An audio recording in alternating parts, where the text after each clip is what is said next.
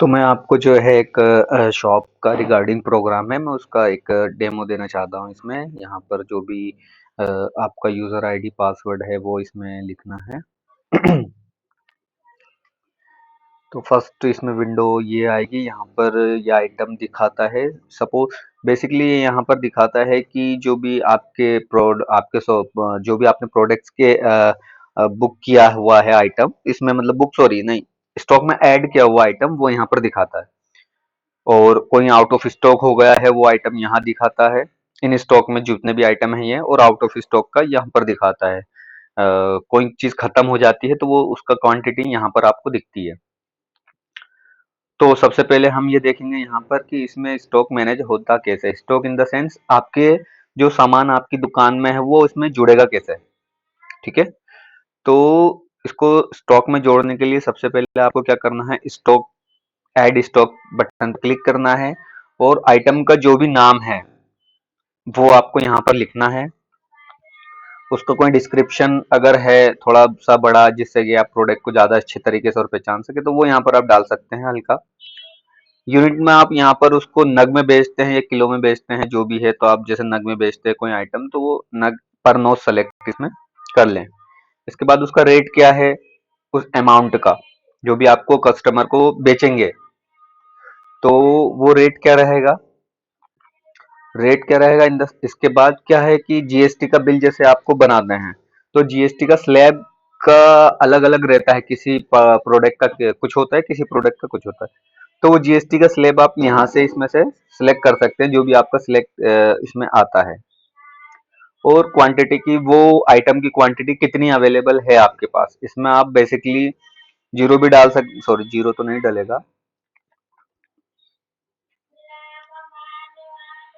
हाँ जीरो भी डाल सकते हैं, क्योंकि इसमें फर्स्ट टाइम आपके पास आपको प्रोडक्ट का नाम ही ऐड करना है, तो जीरो डाल के भी एंट्री यहाँ पर आप कर सकते हैं। तो इस तरीके से आपका प्रोडक्ट यहाँ से ऐड हो जाएगा। अब जब प्रोडक्ट ऐड हो जाएगा यहाँ पर, तो आप उसको कल को फ्यूचर में प्राइस चेंज करना चाहते हैं, या उसका डिस्क्रिप्शन या टाइटल में कोई चेंज करना चाहते हैं, तो वो यहाँ पर एक जो नीली बटन दी है, यहाँ से इसको प्रोडक्ट का डिस्क्रिप्शन जो भी डिटेल आपने डाली थी वो भी चेंज कर सकते हैं। तो आपने भी इसमें देखा कि कैसे अपना स्टॉक में ऐड होता है प्रोडक्ट, और उसको एडिट भी कर सकते हैं। ठीक है, अब यही प्रोडक्ट आप अपने घर तो बनाएंगे नहीं, कहीं से लाएंगे, वेंडर से। तो वेंडर से खरीदने का वाला मैनेजमेंट यहाँ पर है, वेंडर लिस्ट। इस वेंडर लिस्ट में क्या होगा कि आप अपना खुद का वेंडर इसमें बना सकते हैं कि किससे आप सामान ले रहे हैं। तो वेंडर का नाम आपको लिखना है यहाँ पर, जिस भी वेंडर से आपने सामान लिया है उनका नाम लिखना है और सबमिट करना है। जैसे आप वेंडर का नाम लिख के सबमिट करेंगे तो यहाँ पर लिस्ट में दिखाई देगा। अब उस वेंडर से पीछे के समय में कोई सामान लिया है, तो ओवरऑल कितने का लिया है वो अमाउंट यहाँ दिखाता है। ये ओवरऑल कितना रुपए अभी तक उसको हम दे चुके हैं ये दिखाता है यहाँ पर, और कितना रुपए अभी हमने देना बाकी है ये दिखाता है। पर फर्स्ट टाइम आप इसको ऐड करेंगे यहाँ पर कोई भी वेंडर, तो उससे तो भी सामान लिया नहीं होगा आपने, या इसमें ऐड नहीं किया है, तो वो फिर जीरो जीरो दिखाएगा। ठीक है, तो अब जैसे श्री साईं से मैंने बिल लिया था 13,000 रुपए का, जिसमें से 11,000 रुपए मैं दे चुका हूँ और 2,000 रुपए देने मेरे बाकी है। अब इसमें कल को वो श्री साईं से कोई मेरा सामान आता है, तो मैं क्या करूंगा, एड परचेस में जाऊंगा। श्री साईं नाम ले लिया है ऑटोमेटिक इसने, और इसके बाद मैं यहाँ पर तारीख सेलेक्ट कर देता हूँ कि 20 तारीख में कोई मेरा बिल आया था। अब उस बिल में क्या क्या आइटम थे वो मैं यहाँ से सेलेक्ट कर लूंगा, तो ऑटोमेटिक प्राइस जो आपने स्टॉक के टाइम डाली थी वो यहाँ पर आ जाएगी। अब इस प्राइस को आप अपने मुताबिक चेंज भी कर सकते हैं, जैसे 25 है तो इसको आप 36 भी कर सकते हैं, वेंडर से कोई सामान आ लिया है तो, या कम हुआ है तो कम भी कर सकते हैं। तो इसमें ये यहाँ पर मैं एक दूसरा आइटम ले लेता हूँ। ठीक है, 450 का है कोई आइटम, नग वाला है, और ये मेरे पास अभी 20 पीस आए हैं उसकी तरफ से। तो इसने 450 गुणित 20 ऑटोमेटिक 9,000 रुपए कर दिया है। ठीक है, इसके बाद और आइटम मेरे को जोड़ना है, तो ऐड मोर पे क्लिक करता हूँ मैं। इसमें यहाँ पर मैं कोई और क्लिप्स का मिक्सर 2400 रुपए का है ये, और एग्जाम्पल के लिए, और यहाँ 6 पीस मेरे पास आए हैं। तो आपका जो प्रोडक्ट है वो आपके अकॉर्डिंग नाम आएंगे यहाँ पर जो भी आप ऐड करेंगे। तो 2406 का प्रोडक्ट है, और इंटू इसने किया तो यहाँ पर जो है 14,400 हो गए, तो ओवरऑल मिला के ये 23,400 हो गए। तो इस तरीके से आप कितने भी प्रोडक्ट इसमें वन बाय वन ऐड कर सकते हो और ऑटोमेटिक यहाँ पे प्लस आके आता रहेगा। कोई प्रोडक्ट आपको हटाना है, ये मतलब इस दौरान ही ऐड करने के दौरान ही कोई प्रोडक्ट हटाना है, तो यहाँ से रिमूव एक बटन दिया है, यहाँ से इसे क्लिक करेंगे तो वो प्रोडक्ट हट भी जाएगा। वापस से कोई नया प्रोडक्ट ऐड करना है तो उसमें नया प्रोडक्ट उसी टाइम ऐड भी कर सकते हैं। ठीक है, तो यहाँ पर 9,750 हो गया। अब वेंडर ने कोई डिस्काउंट आपको दिया है 10, 20, 30 या जितने भी रुपए का, वो आप यहाँ पर इसमें डाल दो। जैसे मुझे 50 रुपए का डिस्काउंट वेंडर ने दिया बिल पर, तो वो मैंने डाल दिया। अब पेड अमाउंट मतलब ये जो बिल है 9,700 का है, 50 तो कब कम ही हो गए। तो 9,700 में से मैंने कितने रुपए दे दिए यहाँ पर इस वेंडर को, तो मैं सपोज करता हूँ 5,000 रुपए मैंने इसको दे दिए। तो 5,000 रुपए लिख के से सबमिट करता हूँ मैं। तो अब ये श्री साई में जो है परचेज कितने की हो गई मेरी, 13,000 की पहले थी और अभी 9,700 कुछ रुपए की अभी हो गई। तो ये ओवरऑल हो गई 22,700 की। उस 22,700 में से 16,000 रुपए मैंने दे दिए, क्योंकि 13,000 रुपए के टाइम भी कुछ रुपए दिए थे, 11,000 रुपए, और अभी मैंने जो है 5 और दिए हैं, तो 11 5 16 हो गए इस तरीके से ये। अब यहाँ पर जो है बैलेंस पहले 4,000 रुपए थे और अभी इसके बाद 9,700 का बिल बना, 5,000 देते तो 4,700 कुछ और बचे थे मेरे, तो वो भी यहाँ पर ऐड हो गए ओवरऑल। तो ये ओवरऑल दिखाता है इसमें यहाँ पर। ठीक है, अब आपको बिल वाइज देखना है। ठीक है, बिल वाइज देखना है कि फला तारीख को कौन सा बिल आया था, उसका कितना रुपए मैंने दे दिए, कितना रुपए मेरा देना बाकी है। तो व्यू परचेस में जाकर आप यहाँ पर देख सकते हैं। जैसे पहले 13,000 रुपए का बिल आया था, 11,000 रुपए आपने दे दिए, 2,000 रुपए देना बाकी है। ठीक है, और एक नया बिल है अभी 9,700 वाला, जिसने 5,000 रुपए हमने दे दिए, 4,700 हमारे देना बाकी है। अब मान के चलो कल को आता है बंदा हमारे पास, यहाँ से प्रिंट भी कर सकते हैं आप इस परचेज के बिल को, और इस परचेज को यहाँ से एडिट भी कर सकते हैं। कोई गलती हो गई ऐड करने के दौरान तो उसको संशोधन भी एडिट भी कर सकते हैं। तो 4,700 में से कोई पेमेंट वो लेने आया हमारे पास, तो हमने बोला कि अभी मेरे पास तो 2,000 रुपए हैं, तुम 2,000 रुपए लेके जाओ। तो 2,000 रुपए आपने इस तरीके से डाले, बिल के सामने वाली बटन, ये वाली बटन ऐड पेमेंट वाली, वहां क्लिक किया, 2,000 रुपए ऐसे डाले और ऐसे सबमिट किया आपने। सबमिट किया तो इसने क्या किया, 4,700 रुपए तो पहले बाकी थे, 2,000 रुपए और अभी आपने जमा कर दिए। तो ओवरऑल हो गए हमारे 7,000 रुपए हमने दे दिए 9,700 के बिल में से, और 2,700 हमारे अभी और देना बाकी है। अब कल को वेंडर आके बोले यार मेरे को तो नहीं दिया, या आपके पास कोई एंट्री है किस तारीख को दिया आपने पैसा, तो वो बताओ। तो व्यू पेमेंट में जाके आप देख सकते हैं कि 22/7 को मैंने 5,000 रुपए दिए थे, और 22/7 को ही 2,000 रुपए, या जिस भी तारीख को आपने दिए होंगे वो 2,000 रुपए, इस तरीके से वन बाय वन एंट्री वो नीचे दिखाता रहेगा। तो आप यहाँ से आपने कब पैसा दिया ये भी आप देख सकते हो, और जब जब पैसा देंगे तब आप एंट्री आपको कर सकते हैं। इस बिल को आप एडिट भी कर सकते हैं और प्रिंट भी कर सकते हैं। तो आपके अकॉर्डिंग इसमें जो है वेंडर का मैनेजमेंट इस तरीके से चलता है ये। और फ्रंट पेज पे ओवरऑल हमारी दिखाता है कि इस वेंडर को कितना रुपए हमारा देना और बाकी है। तो ये तो वेंडर की बात हुई। अब अगला हम देखते हैं कि हमारे पास कस्टमर आएगा तो हम बिल कैसे बना के देंगे हमको उसको, क्योंकि कस्टमर आएगा तो उसको बिल भी देना जरूरी है, जो भी प्रोडक्ट हमसे खरीदेगा वो। तो यहाँ पर क्रिएट इनवॉइस एक बटन है, इनवॉइस मैनेजमेंट में जाके न्यू इनवॉइस लिस्ट में जाके क्रिएट इनवॉइस। क्रिएट इनवॉइस में कस्टमर का नाम डालना है, जो भी आपका कस्टमर है, कस्टमर की जगह का नाम डालना है, कस्टमर का मोबाइल नंबर डालना है और डेट डालनी है, जिस भी तारीख को परचेस हो रही है। अब जो भी हमसे आइटम वो ले रहा है वो डालना है इसमें। अब यहाँ 4,050 रुपये, 450 रुपये इस आइटम के इसने ले लिए, पर नग में है ये। और ये आइटम हमसे वो कितने क्वांटिटी में ले रहा है, सपोज करके लिए 6 आइटम वो खरीद रहा है हमसे, तो 2,700 रुपये यहाँ पर ये हो गए, है ना, क्योंकि 450 का आइटम था वो, 6 आइटम हमसे खरीदे इसने, तो 2,700 का होगा ये। अब वही आइटम आप, या नेक्स्ट कोई आइटम और भी है, ये जैसे ये 2,400 रुपये का, और ये 2 आइटम खरीद रहा है तो 4,800 का होगा। अगर आप इस एंट्री को हटाना चाहते हैं तो रिमूव पर कर सकते हैं, या और जोड़ना चाहते हैं तो और भी यहाँ पर कितने भी प्रोडक्ट आप इसमें जोड़ सकते हैं। ठीक है, तो ओवरऑल यहाँ पर हो गया ये। अब हमने देख लिया कि सारा आइटम हमने जोड़ दिया, 10,200 रुपये का जो है बिल हुआ ये। डिस्काउंट अमाउंट, अगर हम कोई बोलते हैं कि चलो तुम इतना सामान खरीद रहे, ग्राहक बोलता है कि मेरे को थोड़ा तो कम करो, तो आपने बोला कि चलो मैं 200 रुपये कम कर देता हूँ। तो 200 कम करने पर 10,000 का बिल बनता है, या आप 10,000 में हो सकता है वो उधार कर रहा हो कुछ रुपए आपके लिए, या पूरे दे रहा, अगर पूरे दे रहा है तो पेड अमाउंट में 10,000 ही लिख दो आप, तो बैलेंस अमाउंट जीरो हो जाएगा। और अगर वो बोलता है कि अभी मेरे पास तो 9,000 रुपए हैं, मैं 1,000 रुपए आपको बाद में दे दूंगा, तो कब दे जाएगा वो तारीख भी आप यहाँ पर डाल सकते हैं। इसके बाद इसमें कोई टिप्पणी है तो वो भी लिख सकते हैं आप इसमें, कोई रिमार्क अगर लिखना है, कोई उसकी गारंटी अगर ले रहा है तो इस तरीके से, और यहाँ पर जो है सबमिट कर सकते हैं। तो मैं यहाँ एक कस्टमर का नाम डाल देता हूँ, कस्टमर की प्लेस डाल देता हूँ, उसका मोबाइल नंबर डाल देता हूँ, और तारीख तो डली हुई है। प्रोडक्ट ये मेरा होगा एक ना, और यहाँ पर मैंने इसको सबमिट कर दिया, तो ये मेरा एक राहुल नाम से बिल बन गया 10,000 रुपए का, जिसमें से 9,000 रुपए दे दिए, 1,000 रुपए हमारे लेना बाकी है। 22/7 को बिल बना था और 6/8 को ये जो है पैसे देकर जाएगा। तो यहाँ से आप जो है बिल इस तरीके से बना सकते हैं। बिल प्रिंट कैसे करेंगे, हमने तो बिल क्रिएट कर लिया पर उसको प्रिंट भी देना है, तो प्रिंट करने के लिए यहाँ पर एक प्रिंट बटन दिया हुआ है, जिसके जरिए ये ऑटोमेटिक एक जीएसटी वाला बिल जो है बन जाएगा यहाँ पर। ठीक है, तो ये बिल आप प्रिंट करके उसको फिर दे सकते हैं।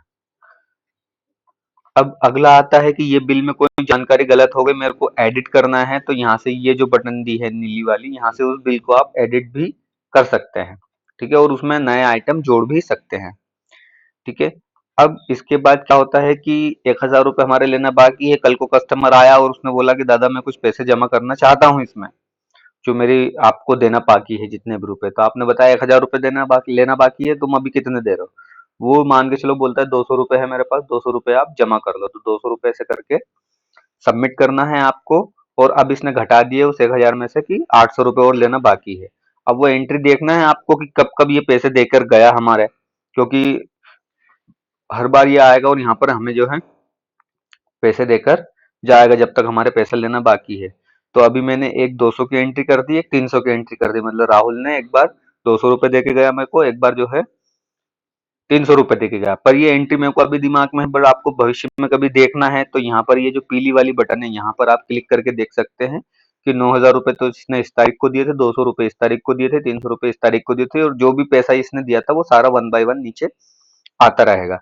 जब भी आपको पैसा जमा करना है तो यहाँ पर जाकर आप इसको पैसे को जोड़ सकते हैं कि ये इतना रुपए देकर गया था। ठीक है, अब बिलिंग की ड्यू डेट भी जो है आप एडिट कर सकते हैं। मान के चलो वो बोल के गया था कि भैया मैं फला तारीख को आपको पैसे देके जाऊंगा, और ये फला तारीख को देकर नहीं गया, तो वो डेट भी आप यहाँ पर संशोधन कर सकते हैं कि भैया अच्छा ठीक है कब देके जाएगा फिर, और तो वो बोल रहा है कि और मैं इस तारीख को देकर जाऊंगा, तो वो तारीख भी आप यहाँ से लिख के सबमिट कर सकते हैं। तो ड्यू डेट भी यहाँ पर जो है एडिट हो जाएगी। तो हमारा हो गया स्टॉक में सामान जोड़ने का मैनेजमेंट हो गया, बिल बनाने का मैनेजमेंट हो गया। ये जीएसटी स्लैब है यहाँ पर कि हर प्रोडक्ट की अपनी अपनी जीएसटी होती है, तो आप जीएसटी यहाँ पर ऐड स्लैब कर सकते हैं नया नया, जो कि आपको स्टॉक जब ऐड करेंगे तो जीएसटी में स्लैब में डालना पड़ेगा उसको, तभी तो वो जीएसटी का कैलकुलेशन करेगा कि उसके 9% लग रही है उसके ऊपर जीएसटी, ये 2% लग रही है, जो भी लग रही है, तो आप यहाँ से मैनेज कर सकते हैं। वेंडर मैनेजमेंट हो गया हमारा, जो सामान हमने खरीदा व्यापारी से उसके लिए यहाँ पर सारी बिलिंग, उसका कब क्या देना है, कब क्या पैसा दिया था, वो हो गया। अब अगला आता है क्रेडिट।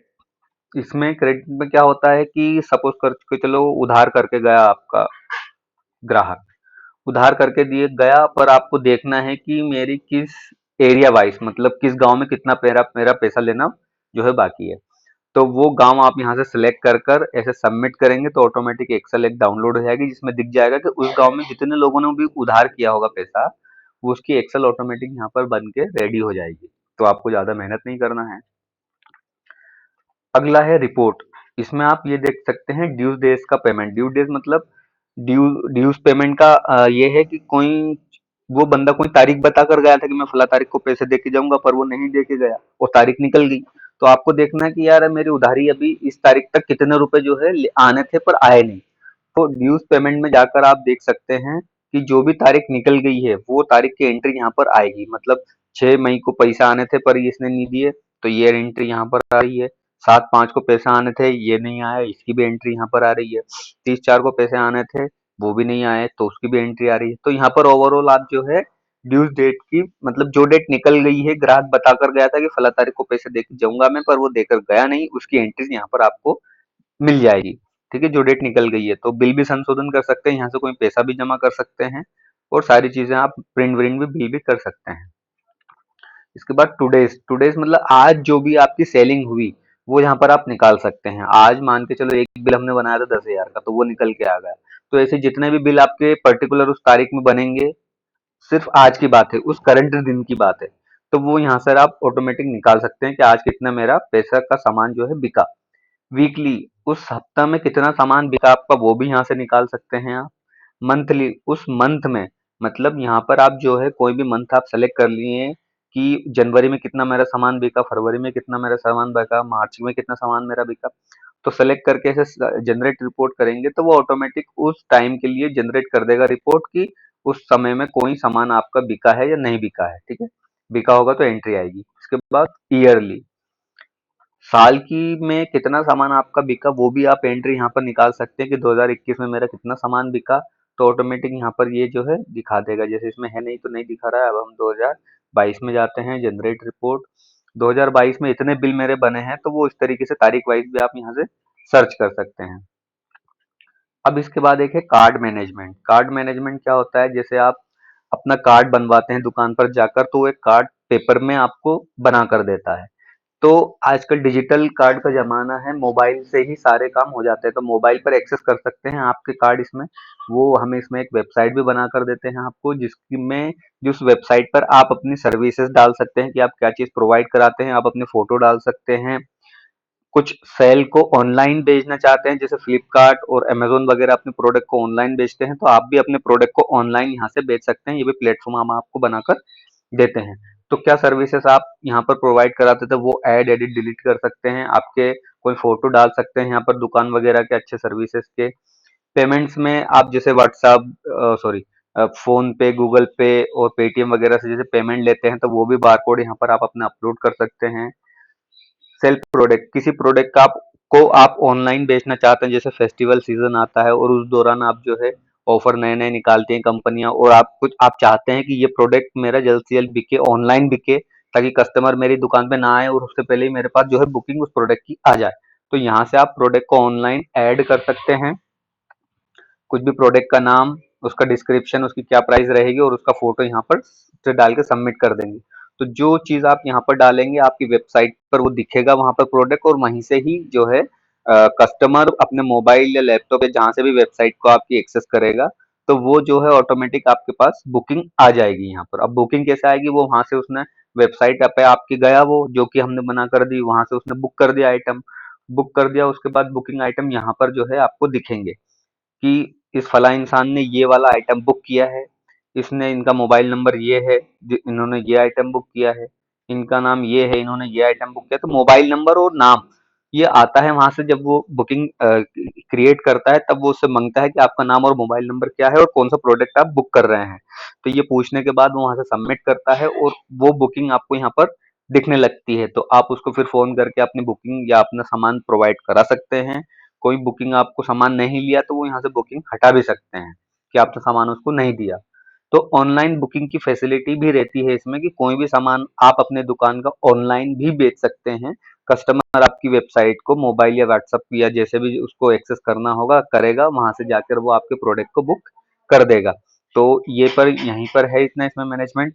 इसके बाद मैं आपको इसमें दिखाता हूँ कि वेबसाइट पर कैसे जो है प्रोडक्ट बुक कर पाएगा आपका कस्टमर। तो ये वेबसाइट हम आपको बना कर देते हैं, इसी में ही साथ में रहती है ये। तो यहाँ पर जो है आपकी पूरी सर्विसेज रहेगी कि जो भी सर्विसेज आपने डाली है उधर बैकएंड से वो रहेंगे। जो भी आपने फोटोज डाले हैं गैलरी में वो सारे यहाँ पर रहेंगे। जो भी पेमेंट गेटवे आपने गूगल पे, पेटीएम वगैरह जो भी डाला होगा वो यहाँ पर रहेगा। इसके बाद ऑनलाइन प्रोडक्ट, जो भी आप ऑनलाइन प्रोडक्ट बेचना चाहते हैं उसकी एंट्री यहाँ पर रहेगी, और वो प्रोडक्ट यहाँ पर जो है बुक करना है कस्टमर को, तो यहाँ पर जैसे क्लिक करेगा वो अपना नाम और मोबाइल नंबर डालेगा और बुक कर देगा। तो इससे क्या होगा कि ये फॉर्म फिलअप करने से ये प्रोडक्ट बुक हो जाएगा। अगर इस प्रोडक्ट को बुक करना है उसको, तो ओपन मॉड्यूल में क्लिक करेगा वो, यहाँ पर नाम लिखेगा, मोबाइल नंबर लिखेगा और सबमिट कर देगा, तो ये प्रोडक्ट बुक हो जाएगा और बुकिंग की डिटेल फिर आपके पास ऑटोमेटिक आपके पोर्टल में आ जाएगी मोबाइल नंबर के साथ। तो मैं आशा करता हूँ ये अच्छा लगा होगा। इसके बारे में जो भी फीडबैक है बताएं हमें। ठीक है, शुक्रिया।